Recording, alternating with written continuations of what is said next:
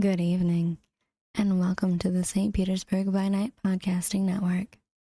Tonight, we present to you our behind-the-scenes show, After Dark.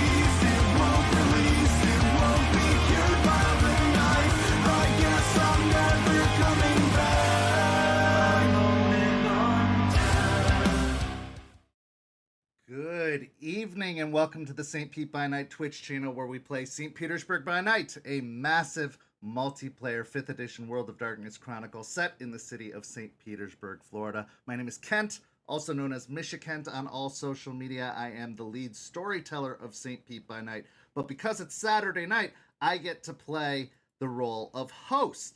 Because this is After Dark. It's our behind-the-scenes program where we talk to players, we talk to storytellers, we talk to members of the community, but more importantly, we get to talk to some of the movers and shakers of the world of darkness at large. And I am so pleased this evening to be joined by one of those movers and shakers who I will be introducing in just a moment. First, though, go follow us on St. Pete by Night on all the social media listed down below and in the description. And if you're a fan of the World of Darkness and you want to learn more, or you want to get involved, or maybe you haven't even dipped your toes in the pool of the World of Darkness before, you can do so by joining our community. There is a link down below. It's discord.gg/St. Pete by Night, where you can get into the game, you can learn the rules, you can get involved with one-shots, maybe even join a table, and maybe we'll even see your amazing face on one of our streams in the future. But for now, let's get to our incredible guest. Tonight, our guest is NephthysNile, who you may know from a variety of projects, especially the Ichor and Ink channel, which we're going to be talking about at great length tonight. But to learn more about Nephthys, you just have to head to NephthysNile.com. There's all of the details there. It's an incredible website. It's so clean and so good looking, and I'm going to talk about that a bunch more as well. But let's get to letting our guests introduce themselves. Hi, Nephthys. Take it away. Hi, I'm NephthysNile. Hey, how you going? I'm quite clearly an Australian storyteller.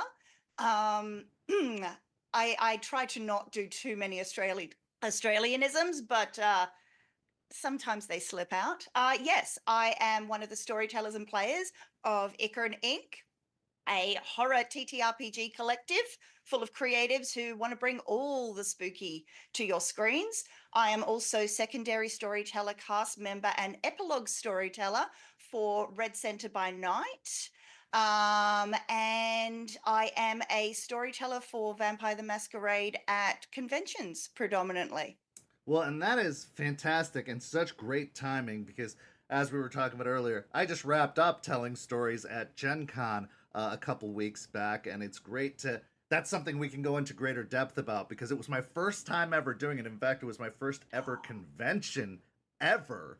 And so it was a very intense experience, but we'll talk about that in a little bit. I want to say too that this was such a great get for our show After Dark, because we've talked to people in Europe, we've talked to people in the US. This is going to be our first real Australian, professional storyteller experience. One of our storytellers is from Australia, Cole, who we've gotten to talk to before, but talking outside of the server, this is a really, really huge opportunity for us. So I want to thank you first and foremost for taking the time to join us and do this pre-recorded interview. So I'm very grateful for that. But let's get into it with a very, very important first question, which is, how did you discover TTRPGs? When did they come across your radar? When did you learn about them? And did you have any preconceived notions about them before getting involved? Oh, that is such a good question. So I actually quite literally stumbled into TTRPGs by way of LARP. So I was a little baby bat goth walking the streets of Perth, Western Australia. Missed my train, meandering through, going, well, now I've got 3 hours to kill because public transport isn't a thing in Western Australia, or at least it wasn't back then. And stumbled upon a bunch of like dressed goths and went, my people, I have found them. And then held back for a little bit because I didn't recognize any of them. Saw that they had fangs. I'm like, no, that's cool. I'm down with that. Yeah, they've all got fangs. They're all speaking funny. What, rock, paper, scissors? Okay, what the hell is actually going on here? And went up to one of the people wearing a storyteller's badge and went, okay, I need all of the details, info dump on me, do it now. I need to be in on this.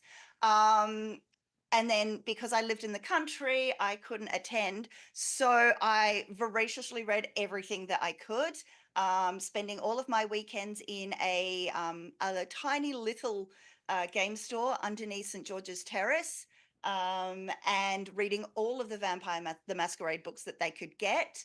I went back to high school, could not find anyone who would do this vampire thing with me.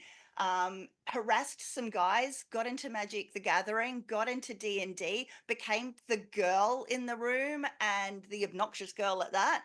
And then finally started running some games, started off with D&D, as so many of us do, because the first taste is free, right? Always. Yeah.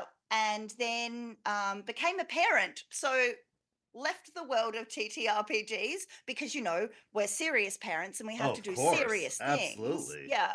That's not an adult thing to do, to play role-playing games. Absolutely not. No. Well, and then, my daughter started to get a little bit older, could do her own thing. And I'm like, I still got some of those books. I should totally read them. And uphill or downhill from there, I haven't quite decided which way I've gone. Well, I love that Vampire the Masquerade and the World of Darkness was your entry point into TTRPGs, because I've talked to a lot of people, I've asked them all the same question, and it's always a variety of responses. There's always incredible, stories that go with it, but a lot of them came into TTRPGs through D&D. That was kind of the access point for most people, and I think that's pretty, understandable, as it's been the mega machine of TTRPGs forever. But I love that World of Darkness, and let alone LARP, was your access point to TTRPGs as a whole, which is absolutely incredible. And that is the deep end of the pool, jumping into a World of Darkness LARP first thing. And then go hard or go home. There is no other way about it. Absolutely, absolutely, and that's incredible. So you said you got into D&D. D&D was kind of your first actual playing experience. You did a lot of research and reading. You couldn't get involved or in any games before that, but you did start with D&D. What was your favorite class, or what was your first class? I am a rogue main. Yeah. But I do also play fighters. I feel like they're a bit underrated, but I do love them. But yeah, rogues have a special place in my heart. They always will. Always. What do you remember about that first campaign? I'm always interested to hear the stories, of how this kind of hooked you. How did you get involved? What made you stay involved? Because if you had a bad experience your first time, that might shy you away, but there was something about that caught you. So what do you remember about that first campaign? I remember quite literally just sitting in the corner of the room, snacking away on my lollies or whatever it was while they were playing, and me just going, what why are you doing that? And then slinking back to my corner and just over, I think, the course of maybe 3 months, encroaching on their table just a little bit more, until eventually they gave up and just went, "Oh, for crying out loud, just come to the table and roll up a character sheet. Just do it." You've been here long So enough. It's your turn to get involved. yeah, pretty much. Someone couldn't make it, so I think that's why they let me play their character first and then rolled up my own character.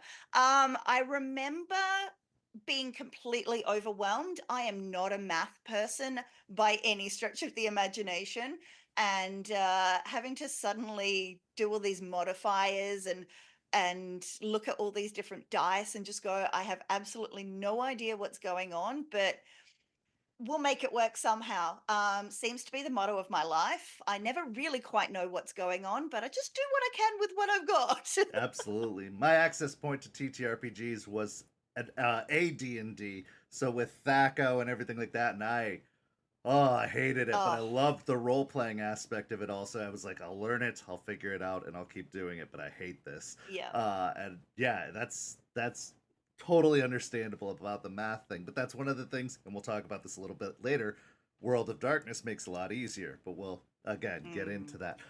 What could you tell me about the Australian gaming environment? Because I'm from America, I've been in America my whole life, and I know that there are a lot of similarities between our gaming societies, across the board, but there's also a lot of cultural differences in, the places we live and where we grow up. What could you describe the Australian gaming community to me as best as you can based off your experience? Sure. Well, similarities. Let's start off that way. Uh, Definitely male oriented and dominated field. That is coming to change. Very much so. Yeah, it was predominantly seen as very geeky, very nerdy. We don't talk about that in mainstream culture, and was very much something you did in the basement at your mum's house. I was very, very lucky in that I grew up in rural Western Australia, and so they were always keen at school to really try and engage people to make sure that they weren't, roaming the streets causing havoc. Right. Some of us still found our way to havoc. But anyway, it's a story for another night. But yeah, so my particular high school managed to foster a really keen sense of whatever they want to do, let's keep them at school. But I know that a lot of people growing up in the 80s and the 90s just didn't have that. Um, and that's kind of been the way that it's been until dun dun dun COVID hit. Now, Australia is very sparsely populated. We've got a few centres where there's a lot of people, but there's big stretches between population centres. And so as gaming went online, I think we really embraced that because historically we've had a massive issue with getting to face sessions. And so, in putting another hat on for a second, president of Dungeons and Dragons Australia, we actually have seen that a lot of the major renaissance for D&D has been facilitated by that shift of just everything going online during COVID, and really hasn't turned back since. While we're no longer in lockdowns or anything like that, and we're able to attend cons and events here and there, we are still seeing that a lot of games are being facilitated online still, simply because it breaks down the barriers to entry and it means that more people can attend more games. We see a lot of groups who are starting to run one-shot weekends. So, again, that first taste is free kind of thing. And the knowledge sharing around, oh, have you tried this TTRPG? Have you read this book? Is rampant because it costs a lot to ship stuff to Australia, Yes, we've and experienced we're that a lot with. already paying more. Yeah, Yeah, it's ridiculous. It really is. If someone comes up with a cheap, easy way to actually ship physical items, they will corner the market in Australia. I can tell you that now. absolutely, absolutely. And I think it's really interesting that you brought up the pandemic because I feel like the pandemic, like you said, was a renaissance for TTRPGs Mm, as a whole. I mean, Stephen Colbert coined the phrase "in the dungeon" to describe the old days of D&D fandom or TTRPG fandom, in the yeah. fact that it was kind of like a shameful secret or a guilty pleasure that you didn't let your cool friends know about unless you were going to get labeled a Mm, nerd or something like that. But now, because of the pandemic, I feel like it really just busted open the that dungeon, so to speak, to the point that it's not only culturally accepted, it's promoted, it's loved. Things like Critical Role, Dimension 20, LA by Night, shows like that are very popular, and it's mm. become so mainstream that it's not a shameful secret anymore. Like you can say I play in D&D and someone else will be like me too, and it's not a weird thing to be open about. And I'm so glad to see that that is globally kind of the case, that it has become an overall thing that everyone has embraced and accepted and is proud to wear that freak flag, as it were, of being, a TTRPGer. And that seems to have reflected in your own experience as well as in the area that you've been in, and that's amazing. So talk to me about D&D Australia, being the president of that. How did that happen? How did that whole story get told? Because this is a departure from just I sat in the corner eating sweets and commenting on someone's game to now I'm like spearheading all of my country's D&D efforts. Like, how did that journey happen? Um, Accident, like most things in my life. I started working with a friend who's a very good friend now, who was the previous lead admin for the group. It started as a Facebook group. I was just trying to connect dungeon masters with group players and facilitate knowledge sharing, that sort of a thing. And life happened as life does, and he needed a break. So he said, "Hey, you've done community management, you've done social media management. Can I just hand the reins over to you and you just keep this thing ticking along?"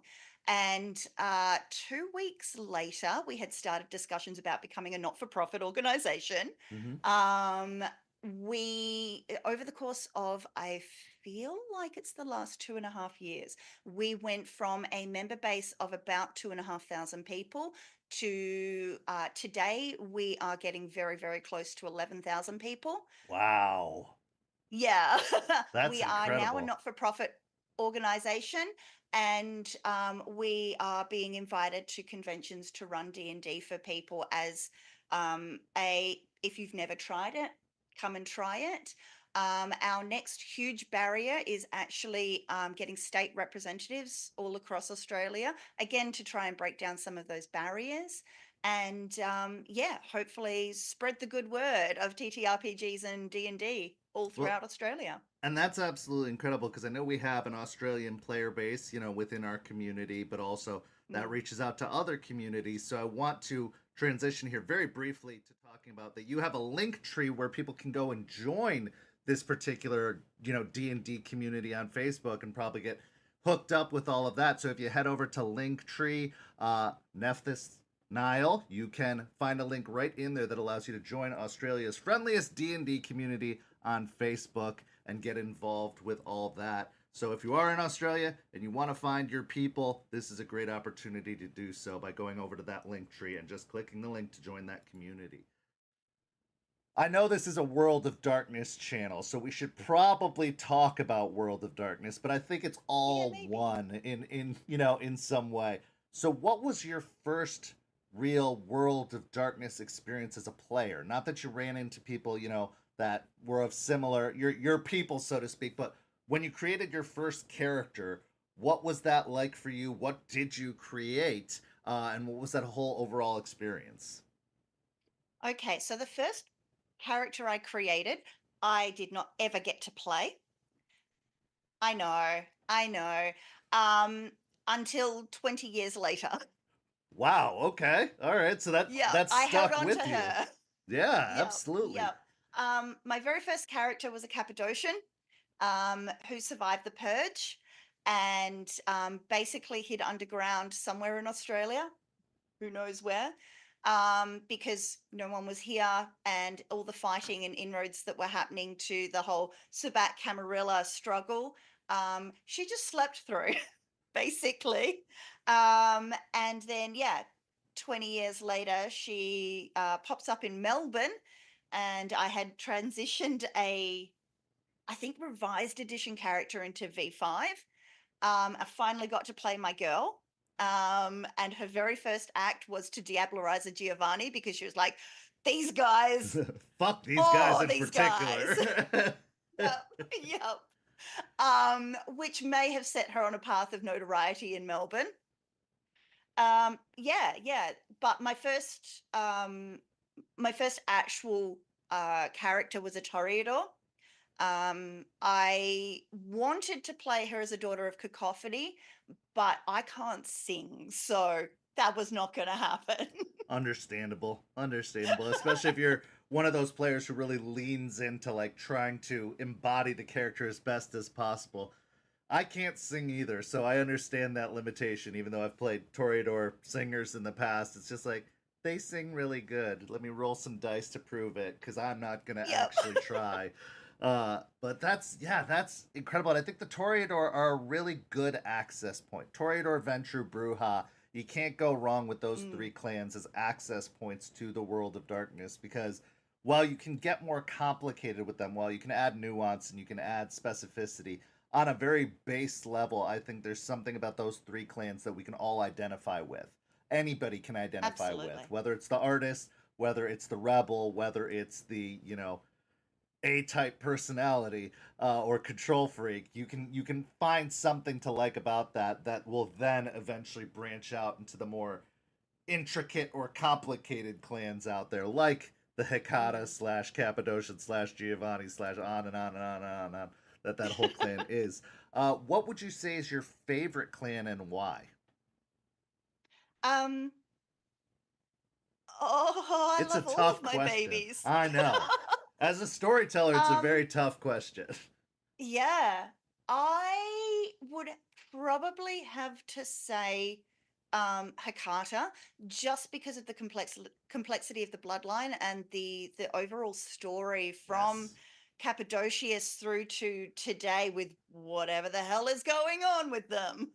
Yeah, the family reunion and like they have one of the most intricate overall clan stories. Now, some clans have individual people that have very interesting stories, but as a clan, the journey the Yeah. Hecata have been on overall is absolutely incredible and has so many great twists and turns and intrigue, and I don't think any clan can compare in terms as a whole group for a story versus like individual stories within that group. It's a really really good choice.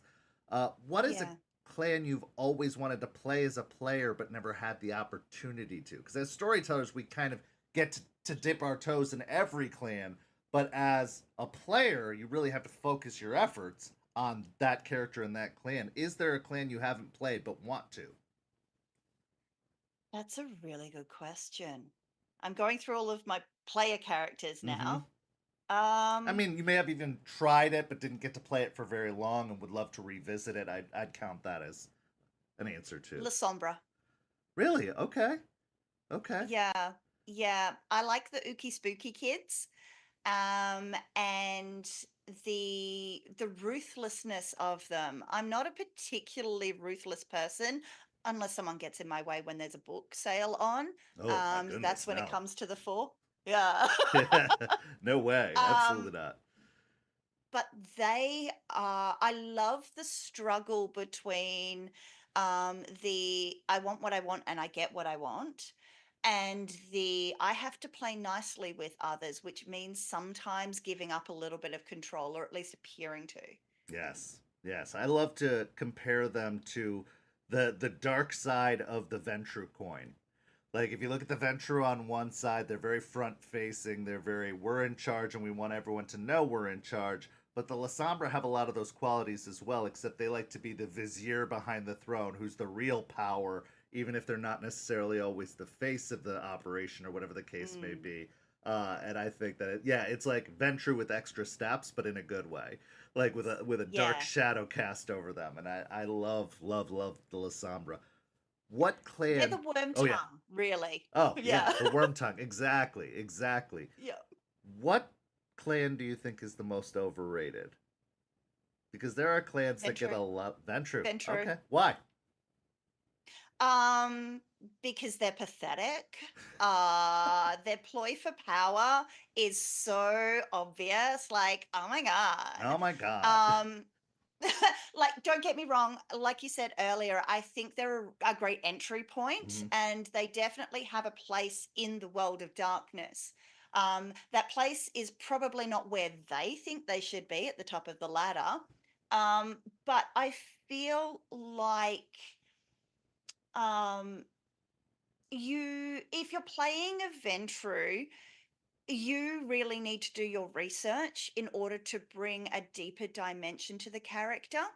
And if you're not a strong role player, or if you're just interested in playing, not necessarily so invested in your game, um, yeah, you show up, you play your character, and you go away.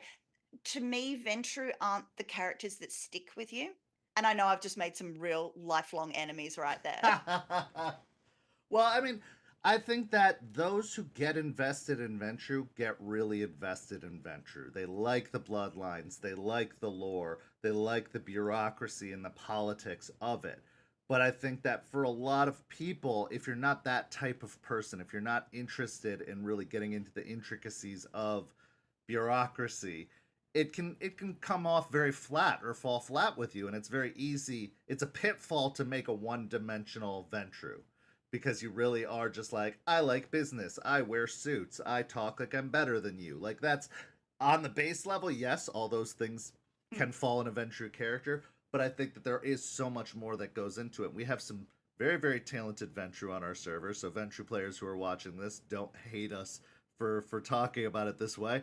But yeah, I think that more often than not, I see that Ventrue characters don't last long because I think the players get bored. They don't know how to further develop that character or further embody that character. It kind of gets stuck and Mm. stagnant after a while, where there are a lot of opportunities that are bred into other clans more obviously that allow for more complexity and more Lasombra is a great one. Like a lot of people that I see start as Ventrue eventually transition to Lasombra because Lasombra has that dark shadow cast and that kind of like mischievous nature to it, as well as the history with the Sabbat and all that. But we could get into that later. But that there's more to it. There's more to sink your teeth into, pun intended, with the Lasombra on paper than it seems like there is Mm. with the Ventrue.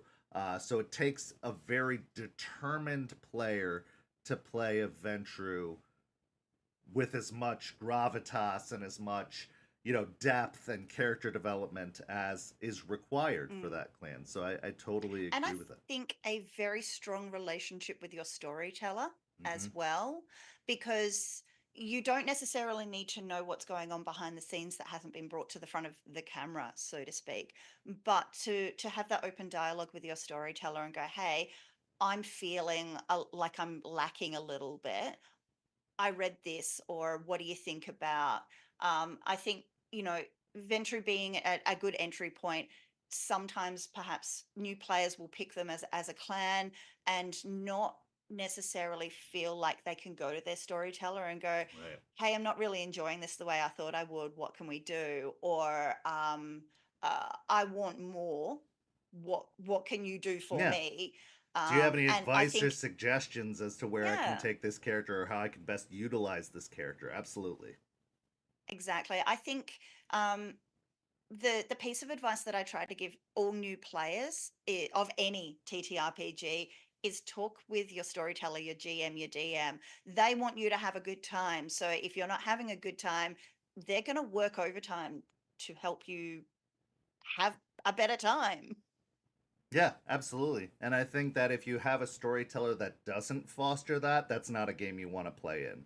If you have a Get out of there. storyteller who's gonna shut you down, not answer your questions, not work intimately with you to make sure you are having the best time possible, they're not a good storyteller. A lot of those types of storytellers are usually there to just show off or play favorites or whatever the case may be. There are plenty, and I do mean plenty, of good storytellers, DMs, GMs out there who are the right type of DM or GM. Don't let one bad DM ruin the experience for you because you got the wrong one. You know what I mean? Like it's like 100%. dating. Dating and Yes. TTRPG is a lot alike. You got to find the people you have chemistry with. You got to find the people that work for you because they are out there. I promise you that. But that is a very valid and good point that you're bringing up. Work with your DMs and your storytellers for sure. That being said, you eventually decided to make the, some might say insane, some might say courageous decision to become a storyteller. And that does require a level of confidence, but also a level of daring to take on that feat because it's not easy and it's not for the faint of heart. What prompted you to take it that step further, to say, I've been a player, but I want to take it even further? What made you decide to do that? Um, I collected all the books and went, oh God, I have spent way too much. I need this to be a tax write-off. I need to find a That's way to make this basically worth it. it. Yeah, yep.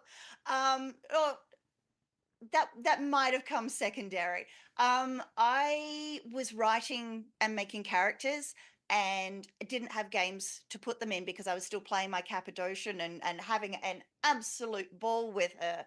But had all these characters that I'm like, oh, I want to see what they would do in this situation. And then went, well, what if we just made our own situations? And started writing stories and then was writing one shots and then got commissioned to write a one shot for an organization and went, Wow. okay, um, sure, I can do this. Again, stumbling into it. And quite literally downhill from there.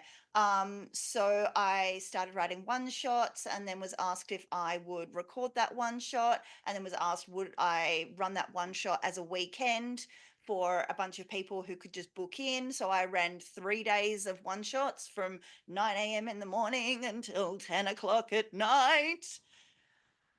That baptism of fire. Yeah.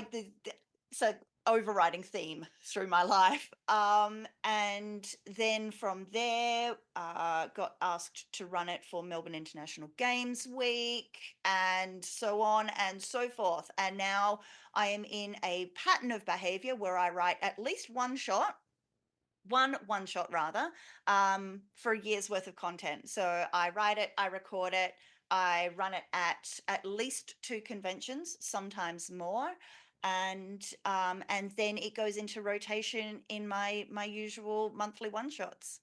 So let's talk about that, the convention storytelling experience, because as I mentioned at the beginning, I had my first, and I've been running the game for 30 plus years, but even that couldn't prepare me for the experience that was running at a convention with an entirely group of strangers, with a set time limit, with all these kind of restrictions and expectations, but also just games upon games happening all around me, so I have to adjust for the volume and everything like that. It is a completely different experience. What has Mm. the experience been like for you? You know, what surprised you about it? What did you like? What didn't you like? Like, what was that like? Because that is a true baptism by fire. I was running Oh yes. alongside people who were running their first ever World of Darkness game versus me, who's run hundreds of World of Darkness games. What was that like for you, being thrown into the deep end like that? Exhausting, wholeheartedly heartwarming, but exhausting. I had been to conventions. I started going to PAX Australia. Oh God, 2 years after it started in Australia, but nothing prepared me for running at PAX. I had done a smaller convention at earlier in the year, but that, even though the noise levels were still higher than I was normally used to, Yeah, that was it was a lot.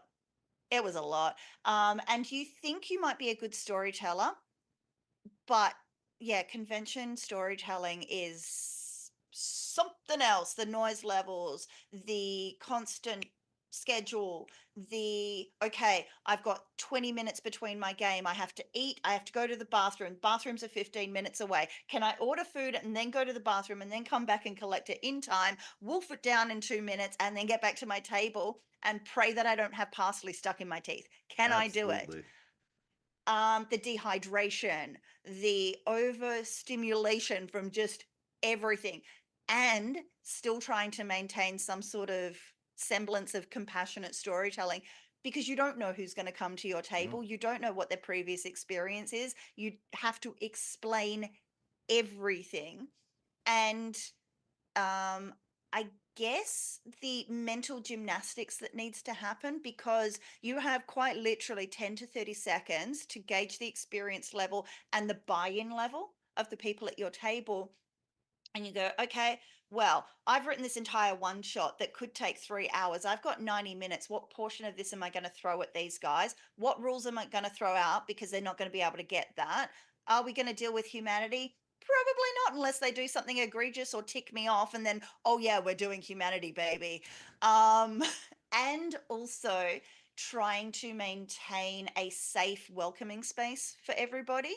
Um, it's it's a lot. It's a balancing act for sure. It really really Mm. is, and I admire anybody who does it regularly like yourself, because even after this first time I'm like, man, could I do that again? Probably. Am I going to? I have no idea. Like I'm still recovering, and it's been, several days at the time of this recording since I did it, but there's also things like con crud and, it's Oh, illnesses that go around. You're sharing space with strangers, and like you said, with varying experience levels. So you're teaching the game or potentially having to like keep a group cool because half of them are experienced and half of them aren't, and trying to make sure everybody's having the same level of enjoyment and fun, mm. when you know that there are differences in preference, there are differences in lines and veils and safety tools. It's it's a lot. I definitely recommend, if you're gonna do it, make sure you have the game under your belt before you do it, because it can be very very overwhelming and intimidating, especially for someone who is themselves new to the game and being put into that position. Uh, but yeah, do you have any interesting stories, particularly from a particular convention or a particular moment, where you feel like it went really really well or went really really badly? Like, any interesting stories coming out of that? I'm sure you got hundreds, but one Absolutely. that sticks out. Oh, so I normally use my progression through the year to play test scenarios and go, I'm not sure about this. Will they go left? Will they go right? And then, kind of bake those options into the story that I'm writing so that when another storyteller picks it up, I've at least given them some, this might happen, so you can do this options. The This year I I foolishly forgot that I had submitted an application to run a game on another platform. Thanks, Nerdsmith.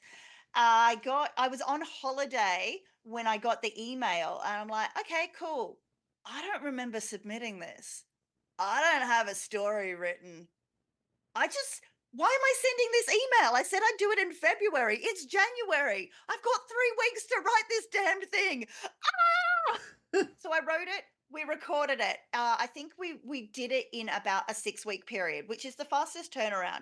No play testing. Like, the recording was my play test. April, I ran it again and got a bunch of other scenarios that I did not think players would go for. And then I ran it again for a bunch of friends, and they had seen what had happened at the con. They had seen the recording, and they're like, well, we know what to throw at you. And just curveball after curveball after curveball. It was relentless. It was 3 hours of the hardest, most grueling storytelling I have ever done. And this was family and friends. And I hate them and love them for it, because now when I go to PAX in October, I have every potential situation nailed down. If anyone wants to throw me a curveball, I'm like, done it. Got you. Um, Yeah. yeah. If anyone is going to throw you for a loop, it's going to be family and friends, 100% of the time. Yeah, But yeah. they're But it also was the just, it best was, critics too, because they're going to be oh, honest with you. They're going to be completely blunt about what they like, what they don't like, what they think is boring or should change. And while yes, there are a difference in preferences, what one person likes another person won't, but they are going to at least be honest with you and not just give you the pacifying, "Oh, it's so great." Like they'll tell you, "Hey, this oh, I sucks," had a or "This really is fun good." Yeah, time. exactly. Like Thanks. it's a really really good way to test your material is if you have those types of friends or family, those are the people you want to target to try things. Absolutely. My sister and sister-in-law have absolutely no compunctions about telling me exactly what they think.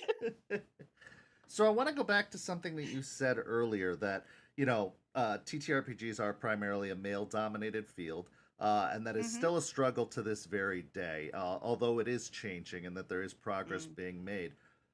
What was it like being femme presenting coming up in the TTRPG world, and what were some struggles that you felt like you encountered and had to overcome? And what kept you doing it? Because it must be exhausting. Like if you run into resistances like that and stuff like that, it's yeah, I can never understand. I can never truly understand. But I think this is a good platform and an opportunity to talk about your experience because I know that there are plenty of others still dealing with that or still struggling with that or may have even been deterred by that could be inspired by your story because you've made quite a successful go of it.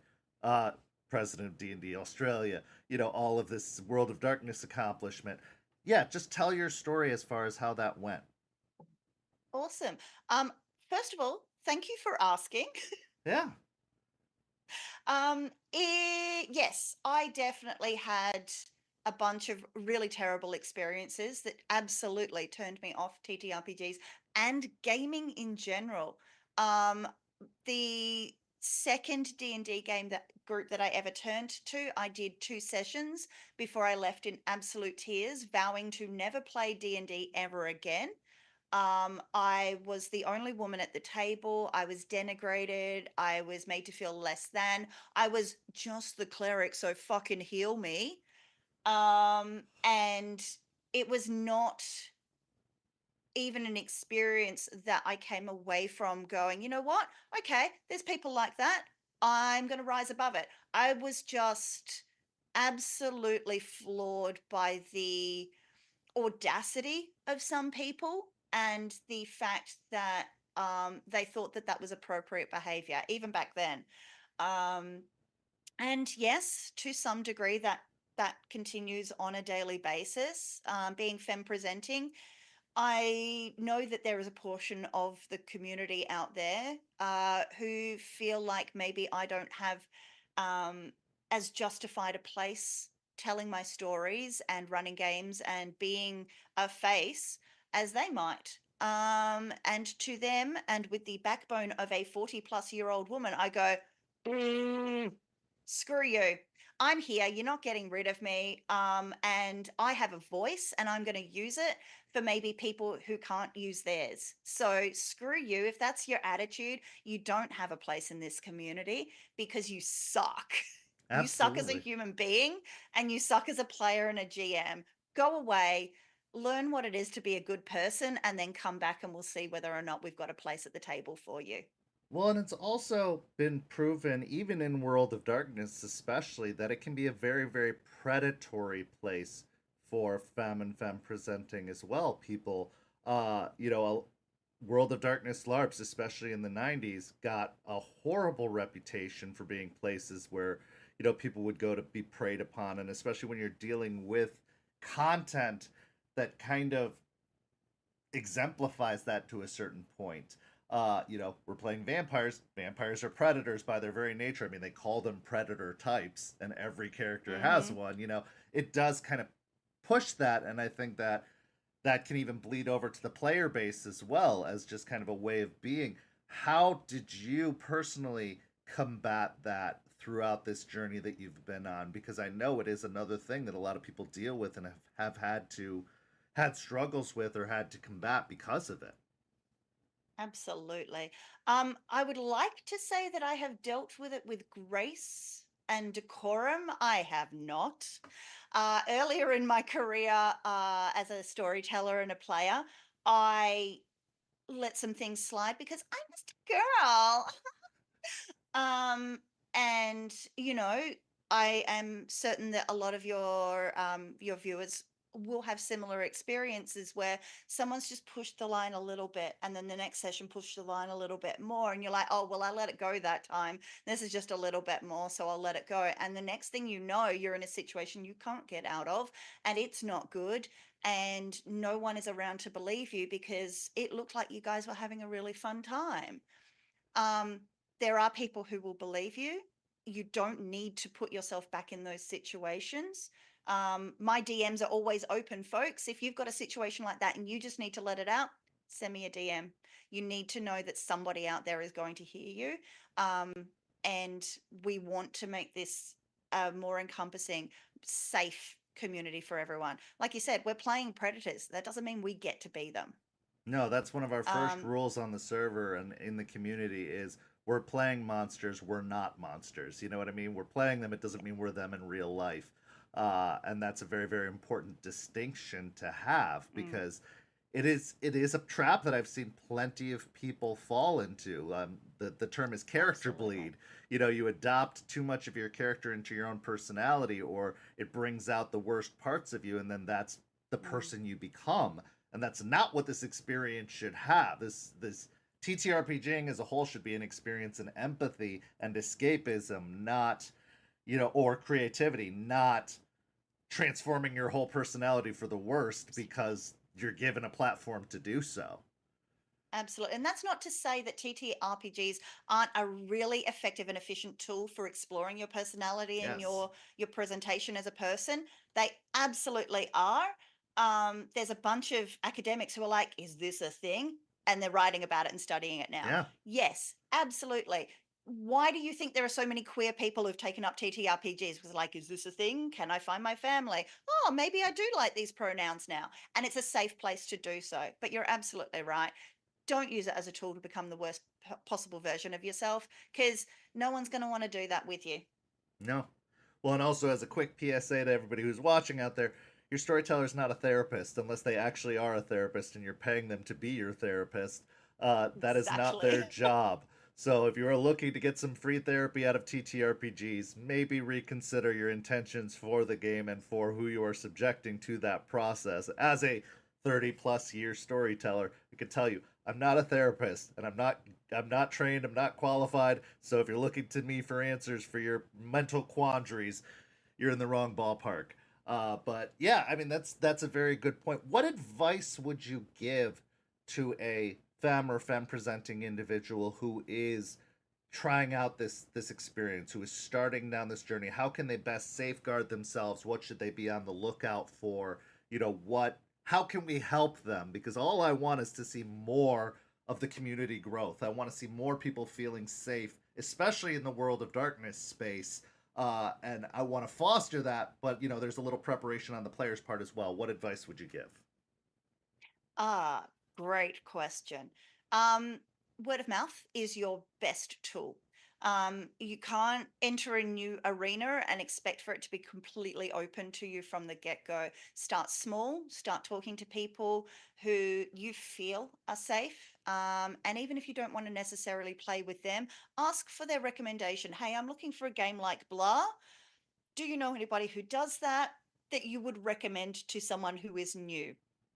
Because first and foremost, let's get the cat out of the bag. Some GMs are really good with new players, some are really good with experienced players, and that's going to be your first taste. So you want to make sure that they're good with new players. From there, you will be at a table or you'll be invited to, say, a forum like a Discord server or a group, or hey, you should go and look at TTRPG threads or whatever. And you like read, assess people on your own, ask people who you see interacting with them and go, hey, have you played with them? Or do you know anything about this person? I'm looking for a game or I'm looking to learn how to story tell. do you think that this person would be good at that? Word of mouth and opinions are the number one tool we all have, not just femme presenting people, to really suss out the bad eggs. I would also suggest, with the advent of online professional DMing tools, read your reviews. You can drop people a line through things like Start Playing and go, hey, I see you've played a game with this person. What do you reckon? And you utilize that, take it with a grain of salt, but utilize it as a starting block Yeah. for your interaction with that person. 100%. And I think to expand upon that, if you see something, say something. If something seems off, speak up. Like, confront the issue. Absolutely. Confrontation is an awkward thing. It's really hard, especially when getting into a group. But if it feels weird, it probably is, and it's worth bringing up. And if you And do don't be find afraid to leave. if you do find yourself getting rejected or getting, mistreated because of your expressing your comfort levels, it's the 21st century. Like, you have to be able to do that. You should have a space to do that. And if you're finding yourself in a space that isn't allowing that, that's not the space for you. But I guarantee there is another one that will accept you. So don't think that Absolutely. just because your first experience is a bad one, they're all going to be bad. There are places. And with the advent of safety tools, with that becoming a much more popularly accepted practice, it's almost necessary at this point. Yeah, take full advantage of those things. Be honest about what you're willing to take and not take, and set a kind of boundary for yourself. And this is for all presenting individuals, regardless of what it is. If you're uncomfortable, you don't have to be. It's not a requirement to be. Don't feel the societal pressure to put up with stuff that makes you uncomfortable. Like, you can find some place that you will be comfortable, and I think that's very, very, very important. As an addendum to that, Yeah. sorry, No, please. just because you filled in a lines and veils document or something like that doesn't mean that that's what you have to accept each and every session. We Nope. fluctuate as human beings, and our capabilities to deal with certain things fluctuates with that. So if you've said, I'm okay with X, and you rock up to a session and X is presented and you're like, oh, actually, I'm not okay with this, that's fine as well. You are a human being who lives in a world that throws you for loops constantly. So if anybody at your table is not okay with you expressing actually, I'm not all right with this, they've got the problem, not you. Right. Absolutely. What advice would you give to somebody who's starting out in storytelling? Because I do think it is a very bold and courageous thing to do, and I compliment and, support anybody who takes that leap. Again, based off my Gen Con experience, I worked with a lot of first-time storytellers in my group who were really being thrown into the deep end of the pool by doing it at a convention for the first time, let alone the first time in a new system, first time TTRPG, all these things. What advice would you give to somebody who is kind of apprehensive but has an interest in doing this? Do it, but be kind to yourself. You didn't learn how to drive a car the first time you did it. You couldn't take a step walking the first time you tried it. I bet your first time cooking a new meal wasn't a superb success. So be gentle with yourself. I guess if you've decided that this is what you want to do, um, make sure that you have an understanding of the primary rules, just the primary ones. It's your table, you get to run it how you want. And if at all possible, pick up a pre-published Jumpstart. It's generally got pre-generated characters for you, so you can go through ahead of schedule and look at the characters and go, okay, this means that, and they've got this discipline, oh, and it means that. Okay, cool. Don't overthink it though. Yeah. Our own brains are our own worst enemy. Yeah, Just do it. that's what I always say. Yeah. Just do it. There's no way that what you're doing is wrong if you and your Nope. players are having fun. Rules, 100%. lore, all of this. It does not matter if you and your players can just walk away from the experience saying you had a good time. Also, I've found that there is a lot of value to just being honest and communicative with your players, telling your players, this is my first time with this system. This is my first time storytelling. This is my first time whatever. If you tell them that you're new, you will earn an extra level of forgiveness, an extra level of understanding from your players because they've all been there. And again, if they aren't going to give you that, those aren't players you want to run for. There are Yep. players that will give you that you do want to run for, but it's a lot easier than you think, is what I like to say. It seems scary, it Yeah. seems terrifying, but it's a lot easier than you think. If you have a mind for creativity, if you have an idea in your head, if you have a willingness to keep learning and pursuing and realizing that even after 30 plus years, you're still learning and you're not perfect, you can do so much with this and have so much fun with this and enjoy it and go so far with it. But yeah, I think everything that Absolutely. you said is absolutely right on point and fantastic. So one of the things that people find most terrifying about the world of darkness or most overwhelming is the lore. What relationship do you have with the lore? It seems like you studied quite a bit in advance, not just mechanically, but if you're saying you got all the books, like I can see behind Yeah. you, I have my own shelf right over there. What is your relationship with the lore? How do you use it in your games? What's maybe your favorite piece of lore or pieces of lore? Let's talk lore for a little bit. How do you feel about it? I love it. I love it so much. But because a lot of the tables that I will run games at are brand new players, we're bringing them into V5. They are aware that there is a wealth of lore out there, but they're not necessarily going to get the buzz that maybe a more experienced player will have. I'm pretty select with the lore snippets that I pull in. I'm running a V5 campaign set in Berlin. All new players had never played before.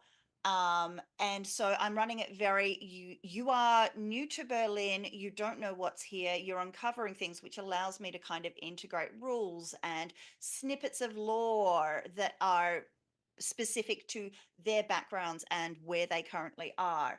Um, but now that we've been playing for about 18 months, I'm like, here's a droplet of some lore in the ocean, and here's a thing that you didn't know, just to see kind of what hits with them. That being said, when I run games for much more experienced players, oh, it's on like Donkey Kong.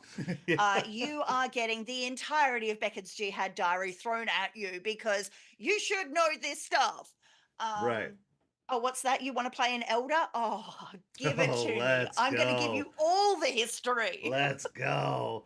What is your Yeah. favorite like piece of lore or location or character? Like what really do you find that is the most exciting bit for you?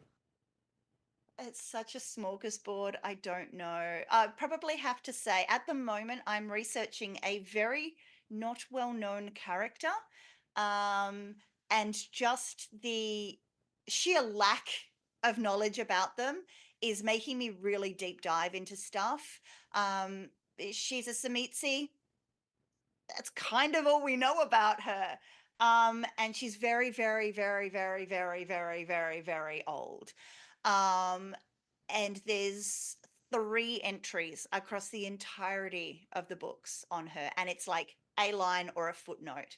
Yep. Um, so yeah, diving into that and then tracing the history of what was happening in the world at the time, like not the world of darkness, the actual world, and trying to create a timeline that spans centuries of this person who just pops up here and there and go, but she was there, and why is she here now, and what is she doing? And no one knows what she looks like. So how did you know it was the same person?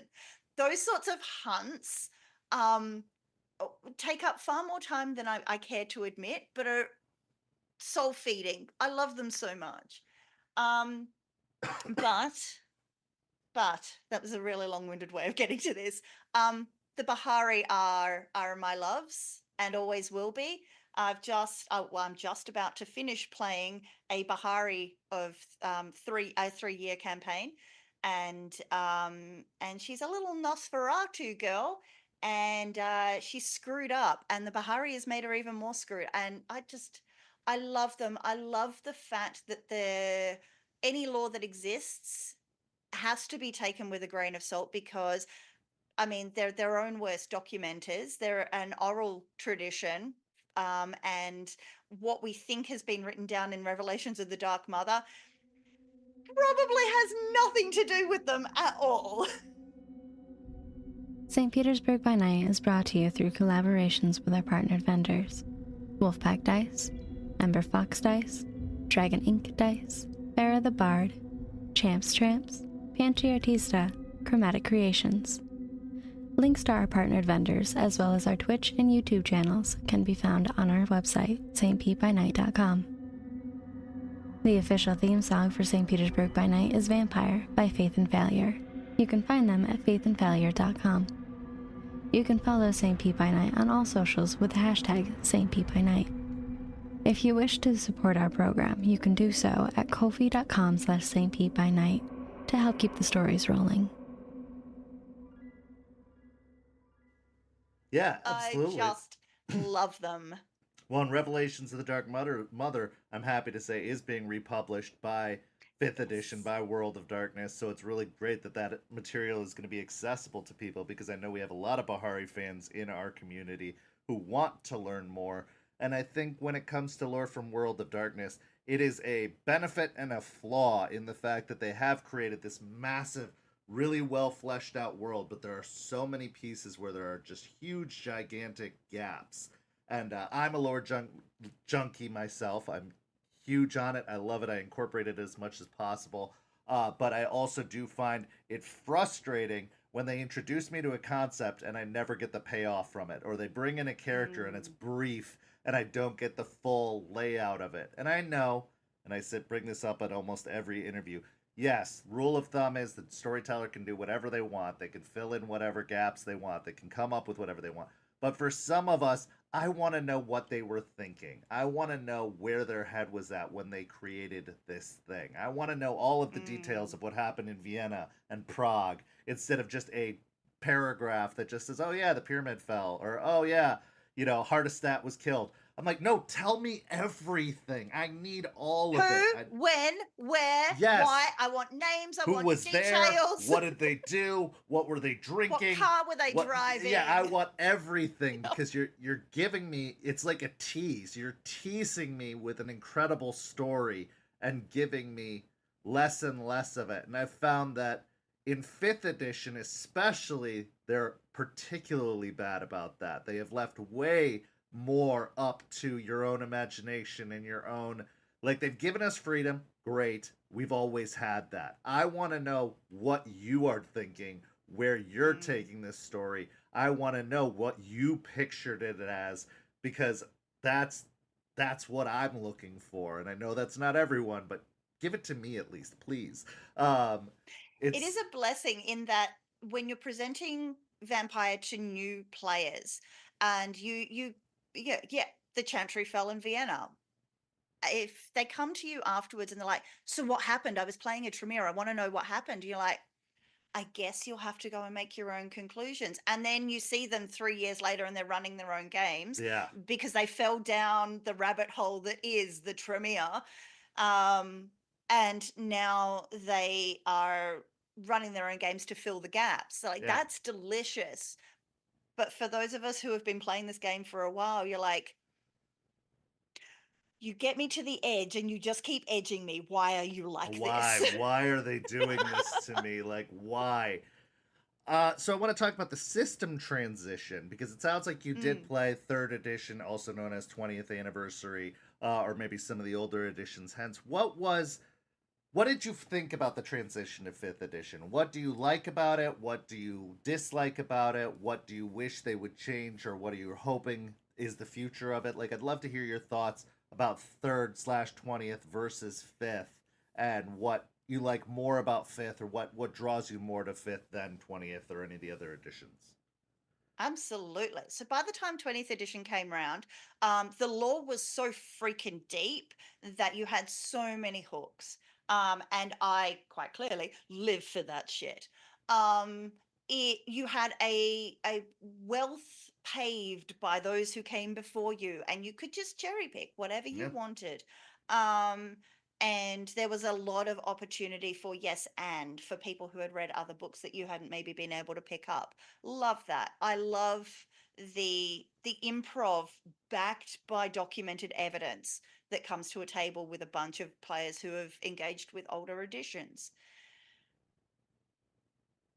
In hindsight, having been so deeply embedded in V5 now, it was a really complicated system. It was really complicated, and trying to bring in brand new player, let alone someone who had never played TTRPGs before, it's super daunting. Yeah. Yes, I sit with all of these books behind me, but I still remember coming to my first table and going, I have no idea what is going on. You've plonked a character sheet in front of me. I don't know what any of this means. I have to read 5 books just to be able to play this game. Because let's face it, you can't pick up the 20th edition core book, huge as it is, and just go with it. You Yeah. can't. It's gonna leave you with more questions than answers, I swear, at the end of Exactly. it. So yeah, absolutely. Exactly. And things will come up in game, even in a one shot, where you're like, I don't understand why are we making that ruling? I accept your ruling because you're the storyteller, but I don't understand why. So I can't apply that knowledge. It's just a random fact now that's floating around in the ether that is my brain. Um, and so, unpopular opinion time, V5 is a far superior system. Thank you. It's out in the world. I I couldn't agree with you more, only from the perspective of teaching. Primarily from the perspective of teaching, because Mm. there is this revolution that is happening in gaming across the board. It's not just World of Darkness, but the 5th edition revolution is what I like to call it, Yeah. because D&D did it, World of Darkness has done it, there's plenty of other systems where 5th editions as a whole are the introductory edition for a new generation. Like I Yeah. do consider myself a elder statesman of World of Darkness. I've been at this for far too long, if there is such a thing. But I want new fans. I want the legacy to continue. When the Gehenna We need book fresh came out, blood. yeah, when they ended the universe before Chronicles of Darkness came, my heart was shattered. It Yeah. crushed me. And when they introduced, oh, World of Darkness 4th edition, little did we know it wasn't World of Darkness, but they had called it that at the time. I was devastated when I picked it up and saw that it wasn't the same. And Mm. so I want it to continue. So if that means simplifying the rules, if that means getting rid of bloodlines, if that means doing all these things, I'm okay with it. I would rather that we have a game that we can present to new players and say, hey, let me introduce you to the World of Darkness, and they can understand it rather than being like, well, let me give you so much homework that you're going to feel like this is a job more than a hobby, and you're not going to have any interest in doing it by the end of it. Like, I would rather that's the Mm. case, even if it means I personally, as that elder statesman, as that, older player, have to give up some things to get there. I'd rather do that than watch this creation that I have dedicated so much of my life to, so much of my heart to, just wither and die. And I Mm. think that it's great that there is 20th anniversary out there for people who can't let Oh, go, who yeah. want to stick with it. I even consider that like Vampire Plus. So if you like 5th edition, but are looking for a little bit more crunch or looking for a little bit more lore, you can transition from one to the other, even if Well, it's it's like harder to going back do to it vice versa. 3.5. Yeah. You can do that with Yeah, you can. D&D. But Absolutely. Or go play Pathfinder, which is, 3.5 plus. Like you can do yeah. that. That you can always go back. It's a lot harder to go forward. Like you Mm. have to come up with something new to introduce people back into it because they can always go back to the old source material. That being said, I do hope they release a Dark Ages or a throughout time edition of 5th edition where you can transition the Yes. 5th edition rules into a Victorian game or a Dark Ages game or a Wild West game or whatever. Mm. I'd really love, even if it was just one book that was just like a translation of the rules to other time periods. Yeah. Because yes, you Yeah. could go play the Victorian book, you could go play the Dark Ages book, but then you have to deal with the system change. Whereas here, Yeah. it would just be so easy to be like, okay, here are the rules for a Victorian game. Here are the rules for a Dark Ages game. If you want all the lore stuff, go buy the old books. But if you want just the rules updated, here's what we were thinking for it. And I really hope hope Mm, beyond hope that they do it, because I think it would be a really same. smart decision. Um, yeah, I That being love that. said, Yeah.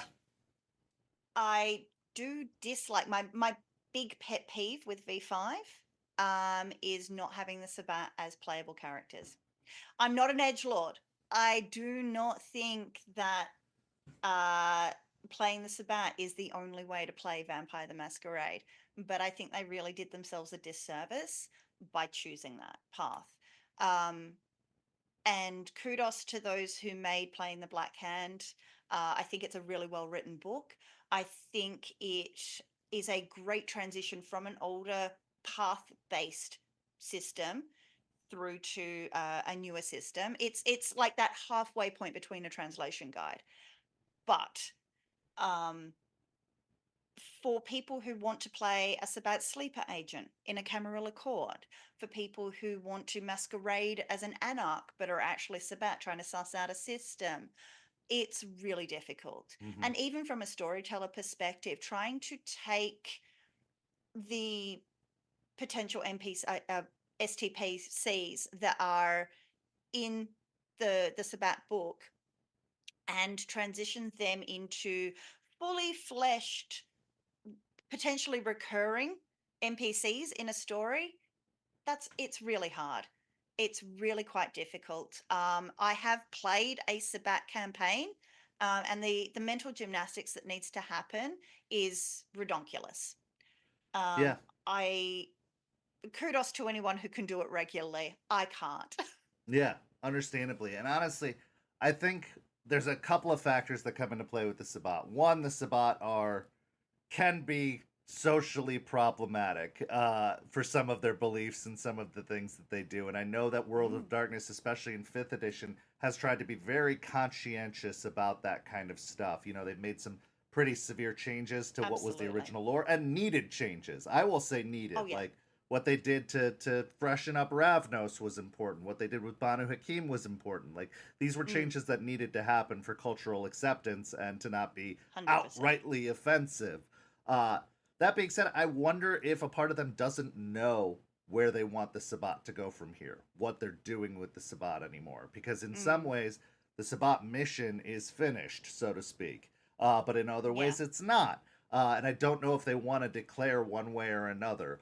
Also, I have found that in the past, in my experience, Sabbat mains tend to lean towards a specific type of player, and that particular player is not one that I personally want to have in my community or in my games specifically. But there are also players who play Sabbat with so much class and perfection and professionalism that it is sad to see it gone. It is sad to, but it's Yeah. like I would rather get rid of the majority of problem and have to get creative with those really good players than have a system that supports more toxic player behavior and tends to call towards 100%. more toxic players. It is. It's like a give and a take. It's one of those I had to sacrifice something to see the betterment of Some something of you may else. die, but that is a sacrifice I It's a am willing to sacrifice I'm make. willing to make. Absolutely, absolutely.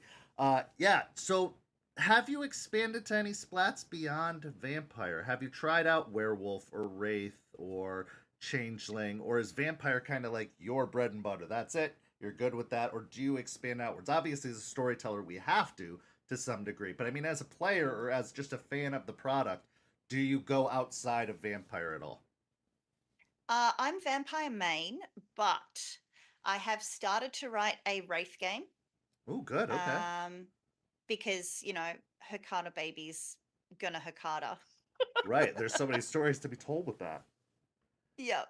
I have also started to write a hunter adjacent game in that it's not the hunters, you're playing the people who are funding and uh facilitating a small hunter group. Okay. So watch this space for that. It's a bit of a ride. And I do want to try werewolf at some point.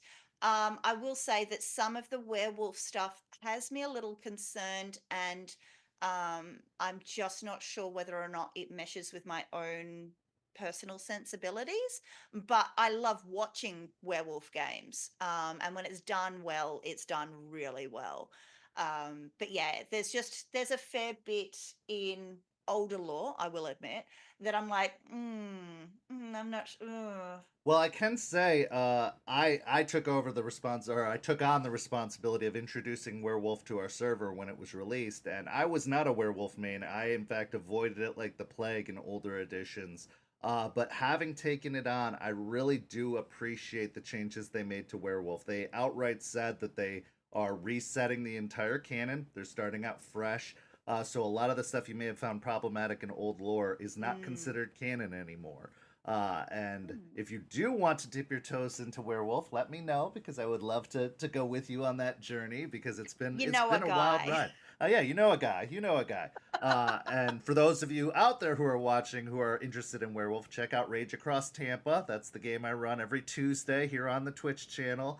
But werewolf has become a passion of mine. Surprisingly, I was a vampire boy through and through again for 30 years. I'm dating myself so much on the show and I wish I wasn't.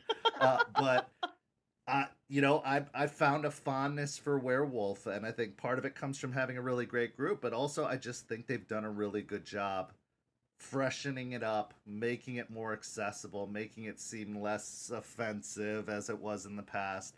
And I Mm. think that there is a lot to be gained from it. Another thing about 5th edition is it's balanced, which was not a thing in old editions. You could not run a vampire and a werewolf game side by No. side. You could not run a hunter game. But having experienced vampire, hunter, and now werewolf, 5th edition has found some sort of magical balance between the three that you can have all of those cohabitating at the same time. And it's very, very fascinating. So I Mm. encourage you to try it because it is very, very cool how they've done that. Well, in Red Centre by Night, we had werewolf and hunter running Oh, simultaneously because we had the perfect. three groups. So yeah, absolutely love the cross splat opportunities because of that. Well, let's talk about Red Center by Night. And I'm going to bring up the web page here for a second.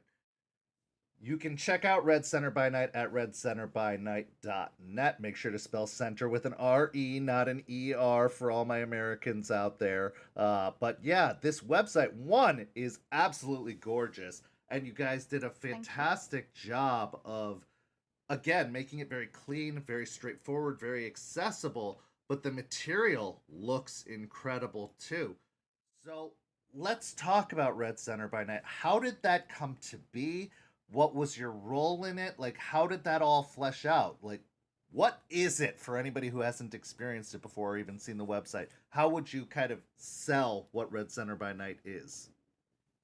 Red Centre by Night is a Vampire the Masquerade, ostensibly, game set in Australia, um, nominally in Alice Springs, so the very centre of Australia. And it follows a Camarilla coterie, a Second Inquisition hunter cell, and a Bahari coven. Um, and they are all three of them trying to find out why the heart of Australia is bleeding. It takes place over 2 seasons and soon to be a set of epilogues. And we're an award winning TTRPG stream.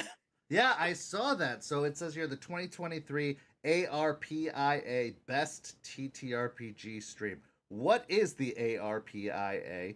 And congratulations.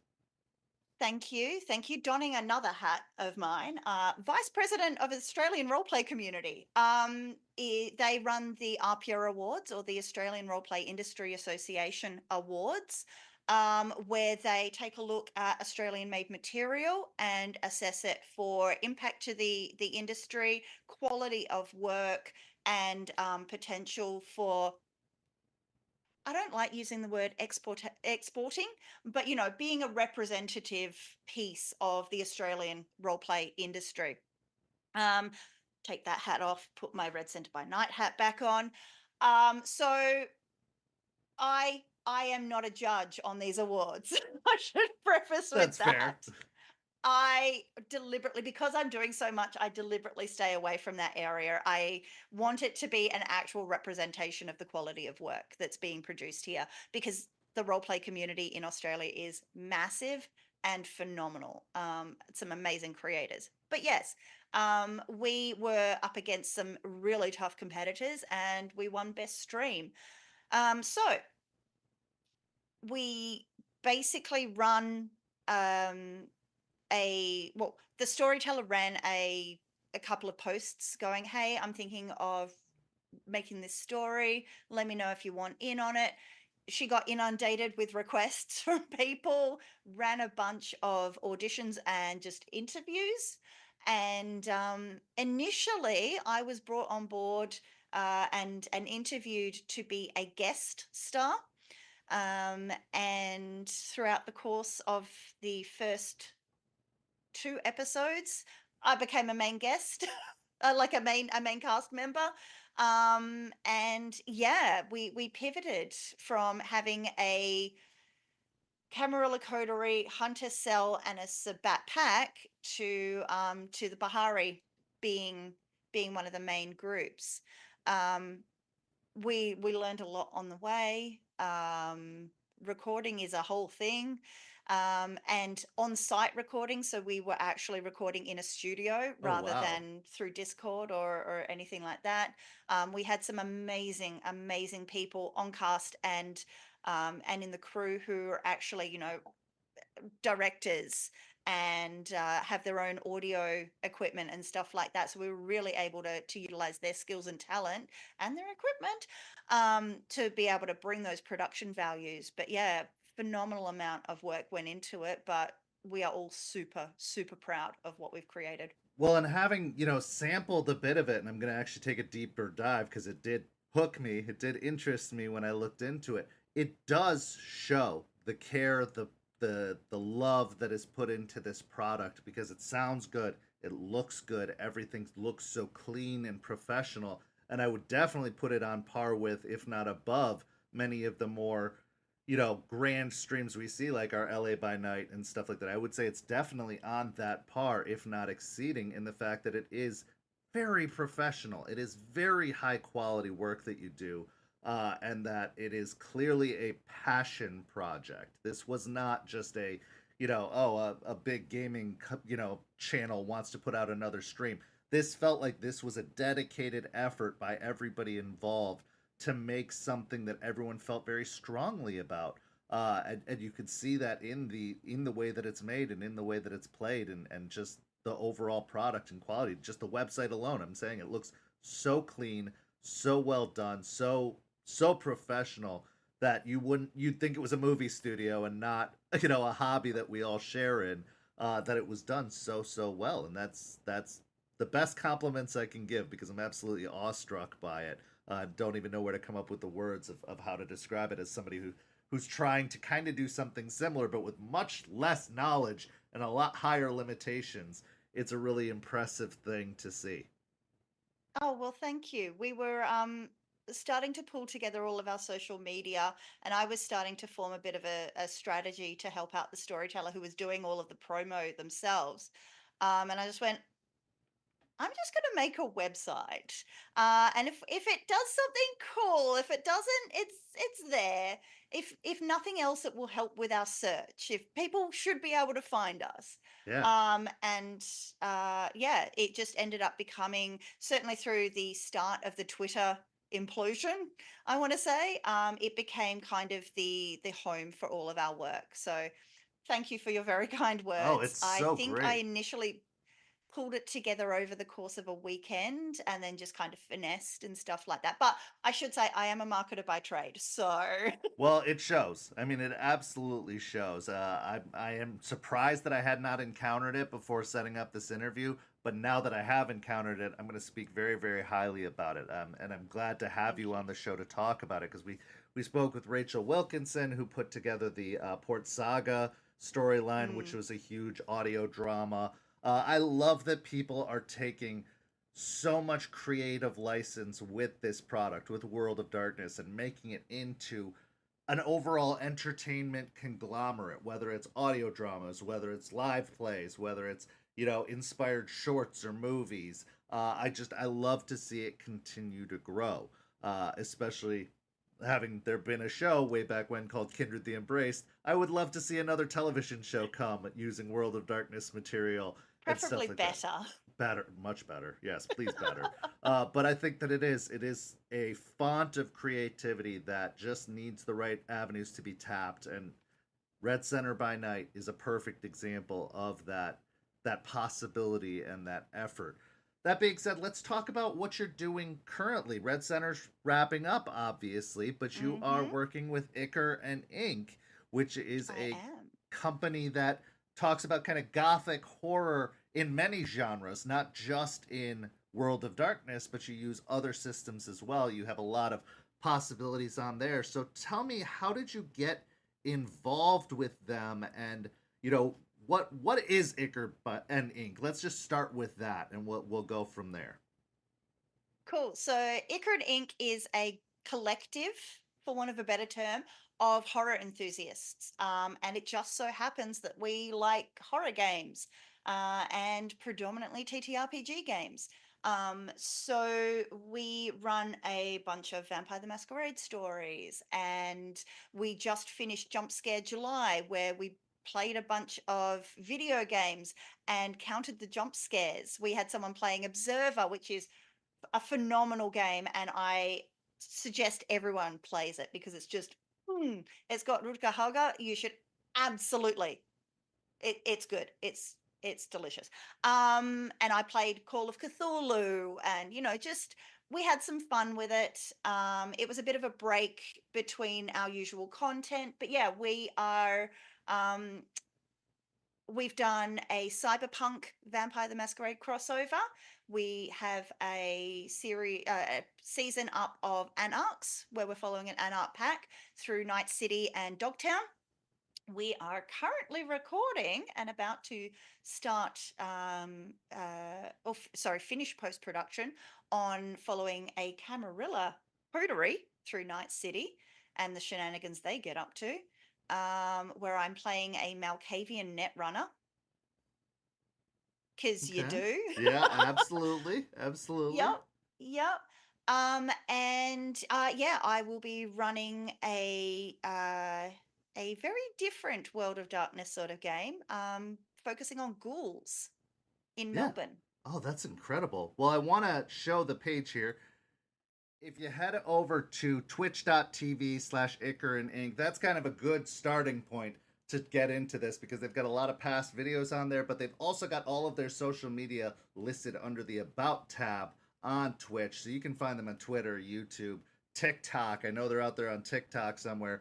They're on Instagram. So you can get linked to them through this page. But the best place to start is twitch.tv/ Ichor and Ink. Give them a follow.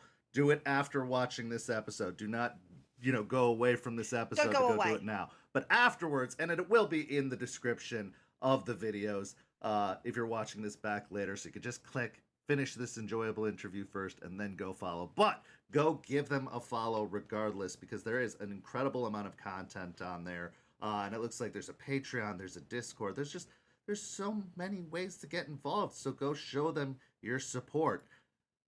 I assume that when Bloodlines 2 comes out, that will also be heavily featured on that page, because Is we there a have... new vampire game coming out? Oh I never my... knew. I am so desperate for this game, as Bloodlines, I have found, is a very popular entry point for a lot of people into World of Darkness. A lot of people discovered the World of Darkness because of Bloodlines. Were you a fan of the original game, and Oh, what are you yes. looking forward to most about the new game?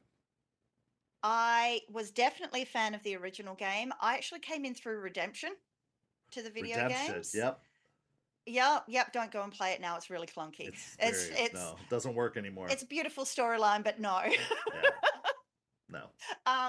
I cannot wait for Bloodlines 2. I know that they've had some troubles, but so did Cyberpunk, and we're still here for that. Yep. So did Diablo, and we're still here for that. So good things come to those who wait? Yeah. Question mark. Well, and I... I oh, go ahead. Yeah. From what I've seen of the gameplay, and I've tried to not watch it fastidiously. Like, yes, I've been on the edge of my seat, but I haven't been hanging out to watch No. it. Trying to pace myself. I'm blown away by the direction they've gone. I Absolutely. cannot wait to see what happens with it. Well, and there's a lot of pressure, obviously, going into it because Bloodlines, still to this day, is one of the best RPG games I've ever played. I definitely put it on par with a majority of other RPG games like Dragon Age Mm, and Mass Effect and, Star Wars Knights of the Old Republic and stuff like that. I think it's definitely up there as one of mm. the best ever to be made. But that does put a certain degree of pressure on a sequel being released, especially with the same title. What are there any nerves or do you have any nerves about the upcoming release of, possible directions that they might go wrong or things that might tarnish the franchise?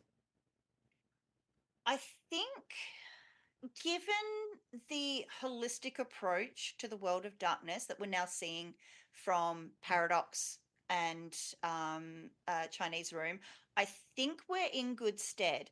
I think, if anything, there will be if anything's going to go wrong, it will be incorrect hat tips to the first Bloodlines. So I know we're all going to wait for the Malkavian character choice because we want to Yes. speak to stop signs. And if that isn't there, there will be riots in the streets. Absolutely. Um, Likewise with Nosferatu. Like, I remember my very first playthrough of Bloodlines was with a Nosferatu character. And I did not realize how different a game it was until I went to go and play Aventru. And I'm like, oh, I can just walk in the streets? Well, this is weird. So if you don't have that sort of visceral difference because of the clan that you're playing, I think that they will have missed the mark.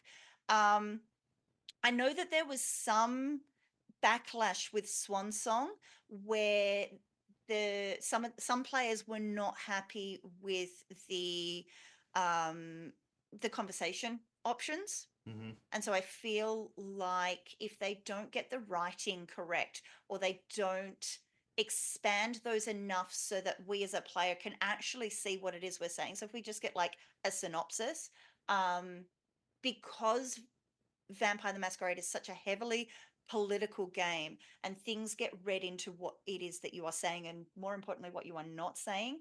I feel like the scripting, the voice acting, and the mapping of your decisions and choices needs to be spot on. And if it isn't, mm, Absolutely. And I think I liked the kind of illusion of choice that Bloodlines gave more than Swan Song. Swan Song, you were on a yeah, very set course. You were forced to play a certain type of character, even though it varied up and you got to play a variety of characters to a certain degree.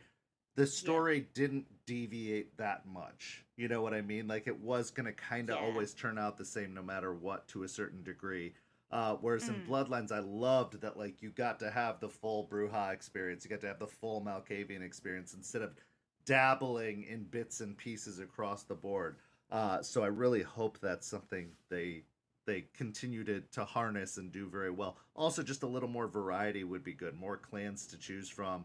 That it isn't just yeah. 5 clans, but we'll see. And maybe there'll be DLCs or expansions or stuff. But I'm open to see what they do with it. I'm very optimistic about the project. Now let's Or talk open it about up to the yeah, modding community. yeah, Sorry. absolutely, absolutely the modding Open it up community to for the sure. modding community, so where maybe the Chinese Room doesn't want to do stuff, if we can mod and we can build storylines for the I want the Bahari in a video game. I really want them in there. Or the Tremere. Like I'm nobody's really such a dabbled in the Tremere. They're always NPCs. right. Like even though Tremere Yeah. was my most overrated clan, I do think that they could dabble with that a little bit more. Let's Yeah. let's talk about the future of the World of Darkness, however, because we know that there have been books announced for the next several months. The Gehenna book Mm. is coming out. They've got the collapse of the Shattered Nation book for Werewolf. They've got a lot of books coming out, but they've set this pattern or expectation of one major splat drop a year and a bunch of other associated books. One, what do you think is going to be the next major release, and why is it most likely Mage, even though I think that's a terrible decision? So yes, the most likely definitely Mage. It's a terrible idea because their paradox reality shifting shenanigans nullifies all other splats. If you're going to do it, bring them in last. I really want it to be Wraith. I really want it to be Wraith. Yes. So I've just had to buy a new computer because my old computer of almost 10 years died. And I'm now saving for a VR set so that I can play the Wraith game because, I want I've heard it. so many good things about it.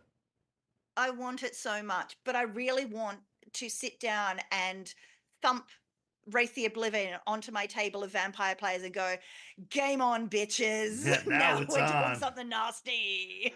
Well, and especially with how well they've balanced the systems. If they can find a way to balance Wraith and introduce it, I think that would be just so fantastic. And it goes really well with this kind of pattern. Like, I was surprised when they dropped Hunter second, but it made sense because Hunter, A, was the next logical step, and B, they got to transition us to werewolf. Like, I saw mechanic similarities transitioning over the process, and I think Wraith is a great way to transition into, like, Changeling, or, like, save Mage for last. I couldn't agree with you more. Mage needs to be last, because if they fuck it up, at least it's the last thing they're releasing, versus midway through turning a bunch of people off immediately. But then when you're looking at a product strategy cycle, like, from a player's perspective and a storyteller's perspective, yes, Mage should be last because it can shatter the world. From a production and marketing perspective, Mage makes sense because it always was super popular. It was the top three, Mage, Werewolf, and Vampire. Yep. Right. And so if Werewolf didn't really hit the mark, because you've got to hedge your bets, you bring in the next one, or you at least tease with the next one being, no, actually, your fan favorite is coming next. Like, Vampire was always going to be first. Always was. Always. I agree that Hunter second made a really great plan because it got us, it's taking the product release cycle is taking us on a journey through the world of darkness. And so this is why I think we've had the cool guys. We've had those who hunt the cool guys. We've had the eco warriors who are now kind of like, it's all gone terribly wrong. I feel like next we should have it has all gone horribly wrong, hasn't it? Welcome to our world. Yeah, absolutely. And it does. I would love to see Wraith drop next. I'm a huge Wraith stan. I think it would be a fantastic next release. And I think it's a good way to test out some of the stuff they want to bring in with Mage. I think if they did Wraith and they did Changeling and then they did Mage, at least they can figure out what's wrong by doing it on a lesser scale with Wraith, a lesser scale with Changeling, and then have a fully polished, perfected Mage release that isn't going to break or nullify 100%. All of the other splats. Because I want to do crossplay. I want to. Yeah, if you think of it as a progression from most marketable through to world changing, right? You've got vampire's vampire. With the amalgam of chemistry, you can alter some perceptions, but you can't really change the world that much. Hunter, you're just a little guy trying to make it through the world. Yeah. Werewolf, you're trying to be the world. Wraith, the world, huh? Is that even still a thing?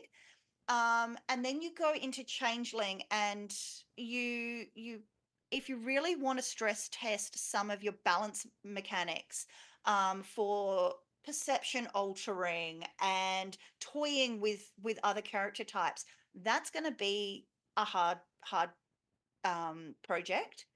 But I think that is going to be the tipping point for Mage to be able to work properly. Yeah.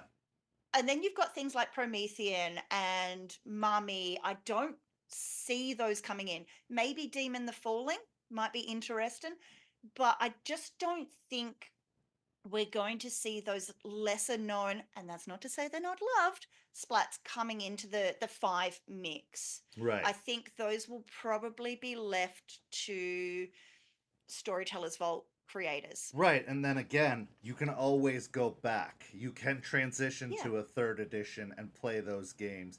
My other worry about Mage from a business perspective is, why would anyone buy anything else that comes out after that? If you've released the 3 pillars, there's nothing that the casual lover of World of Darkness is going to look forward to after that. save that last one for last, because they'll buy everything before that, or at least try it. Whereas once Mage comes out, people will be like, well, I have my 3 core books, I'm done. Like, I don't need to buy anything more. And from a business perspective, obviously money is king. They want to make money to be able to continue to produce material.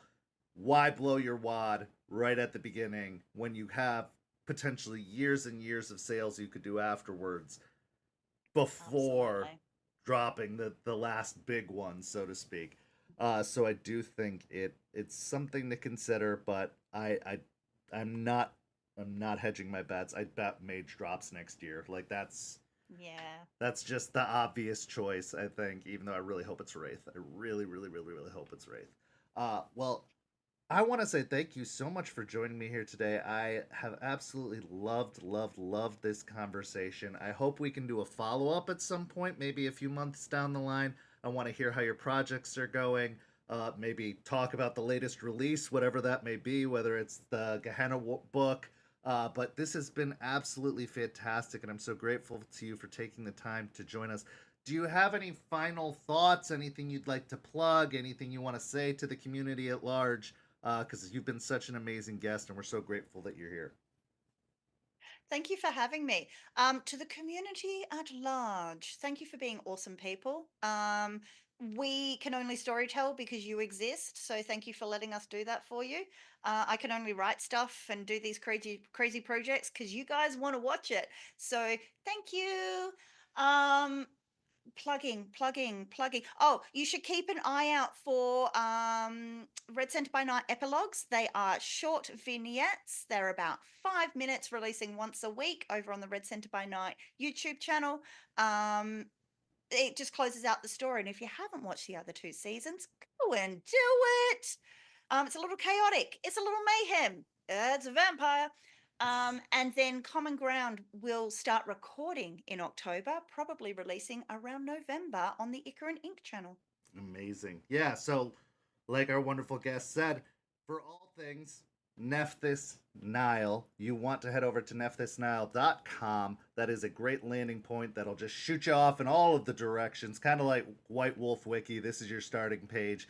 You can go there and then just go support everything from there. But these websites are so clean, so simple, so easy to navigate. I definitely recommend starting your journey there. And then you can head over to NephthysNile's Linktree, which is Linktree/NephthysNile. That is also a great landing point that'll shoot you everywhere, including her TikTok, Blue Sky, booking a game with her, just all of the different projects she's working on, including to Ichor and Ink. That's a good point to shoot you in every direction.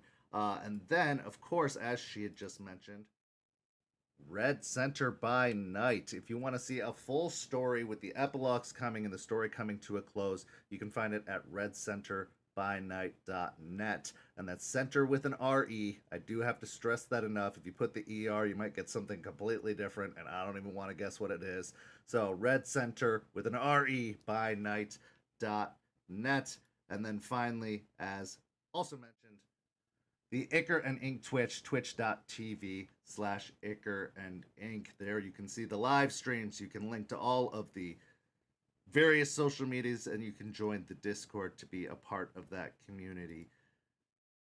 But again, thank you so much for being here. This has been a wonderful conversation. I really loved hearing your thoughts about femme and femme presenting individuals in gaming. I think it's a subject that is not discussed nearly enough and should be triumphed when people are able to overcome and make their way through. And I hope we can continue to see the community change for the better and be more accepting, because a majority of our storytellers are femme or femme presenting, and I love to support that. And I really hope that continues to be a trend going forward, because I think it brings a great perspective, a great opportunity, and just expands the community. This community needs to be huge. If we want these games to continue to be released, we have to throw our money at them. So let's let anybody who's willing to do so and see this continue for a long time to come. But Nephthys, thank you so much for being here. It really, really did mean the world to me, and I think it brought so much to the community at large. So go follow Nephthys. Go follow St. Pete by Night on all the social medias I talked about down below in the description. And we've got lots of programming on the channel, so go check out our schedule. We've got shows airing all of the time, almost 5 days a week on average. So you can find us there. You can check out old episodes on the YouTube. And have a wonderful night, everyone. Thank you so much for watching, and we'll see you next time.